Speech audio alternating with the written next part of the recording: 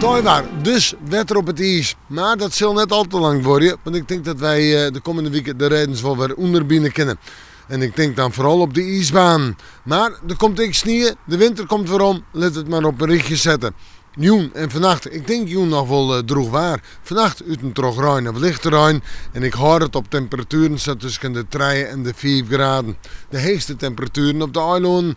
En de wind die komt uit het noorden, noordwesten waai. En die zal matig en krachtig wezen. Misschien in het kust- en watergebied nog betiden hut.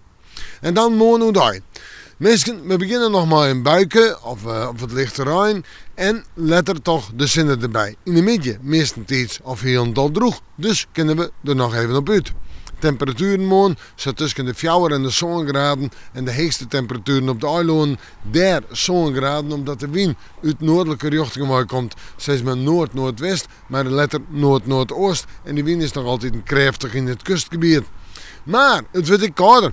Let er op het ei, heel vlug. En dan hebben we in de joen en in de nacht lichte ontmatige frost. Min 4, min 5 graden. En dan is Keningwinter weer heel dal weer om. Maar de glijden ziek.